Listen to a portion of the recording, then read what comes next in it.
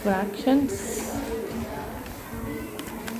మొత్తం భాగం ఒకటిని 2 సమభాగాలు చేసినప్పుడు 1/2.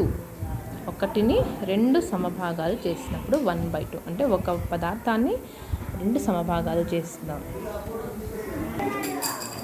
ఒక పదార్థాన్ని 3 భాగాలు చేసినట్లయితే 1/3.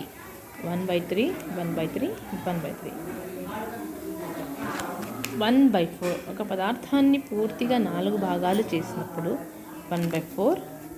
తర్వాత 1/5 ఒక పదార్థాన్ని 5 భాగాలుగా చేసినప్పుడు 1 2 3 4 5 భాగాలు.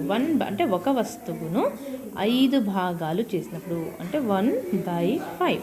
తర్వాత 1/6 అని పరిచయం చేయాలనుకుంటే పిల్లలకు ఒక వస్తువును 6 భాగాలుగా చేసినప్పుడు ఒక వస్తువు 1/6 ఎన్ని భాగాలు చేసాము? 6. సో 1/6.